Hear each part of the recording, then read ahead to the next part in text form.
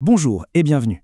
Que ce soit pour un salaire, pour le prix d'une voiture ou même pour demander une simple faveur, on a tous déjà ressenti cette hésitation.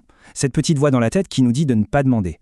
Aujourd'hui, on va décortiquer pourquoi cette voix existe et surtout comment on peut la faire taire une bonne fois pour toutes. Pour commencer, cette citation de Sénèque, qui a quand même 2000 ans, résume tout parfaitement.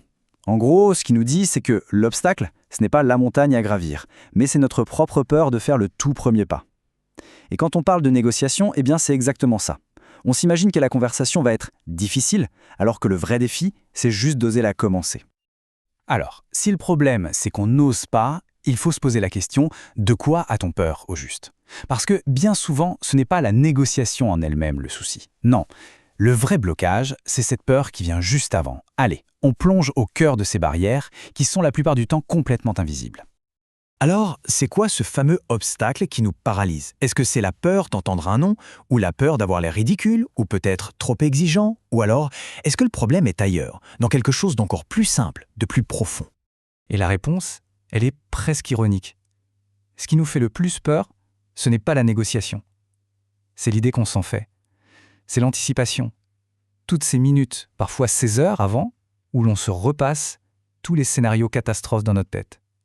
En fait, cette appréhension est souvent bien plus pénible que la conversation elle-même, qui va peut-être durer 5 minutes. Et c'est là qu'on arrive à ce concept super intéressant de barrières imaginaires. Ce sont tous ces obstacles que notre cerveau invente pour justifier le fait qu'on ne fait rien. Vous savez, les fameux « Ah, mon patron va mal le prendre, le vendeur va se moquer de moi » ou « Ce n'est pas le bon moment ».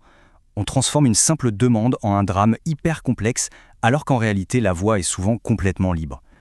Bon, d'accord. Si ces barrières sont juste dans notre tête, comment on fait pour les démolir? Est-ce qu'il faut une confiance en soi de super-héros?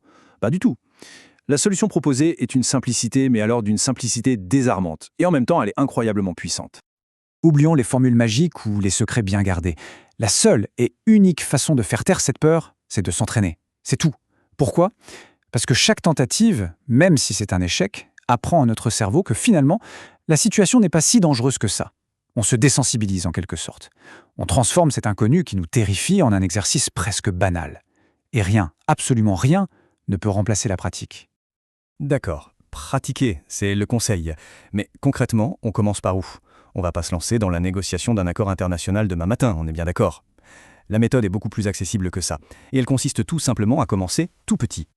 Le chemin vers la confiance, il se construit vraiment pas à pas. L'idée, c'est de transformer la négo en une sorte de jeu. D'abord, on cherche la moindre petite occasion. Demander une petite réduction sur un marché, négocier un délai supplémentaire pour un projet. L'enjeu est faible, donc la pression est quasi nulle. C'est le terrain d'entraînement parfait. Ensuite, on recommence. Encore et encore. Et ce qui était un acte un peu stressant devient une habitude, un réflexe. Et là, sans même s'en rendre compte, la peur s'estompe, remplacée par l'assurance que donne l'expérience. Et tout ce processus, en fait, ça nous amène à revoir complètement notre définition du mot courage. Et si le but, finalement, ce n'était pas de ne plus jamais avoir peur? Et si le vrai courage, c'était tout autre chose?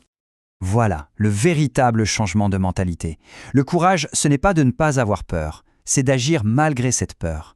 C'est sentir son cœur qui bat la chamade avant de demander une augmentation, mais de le faire quand même.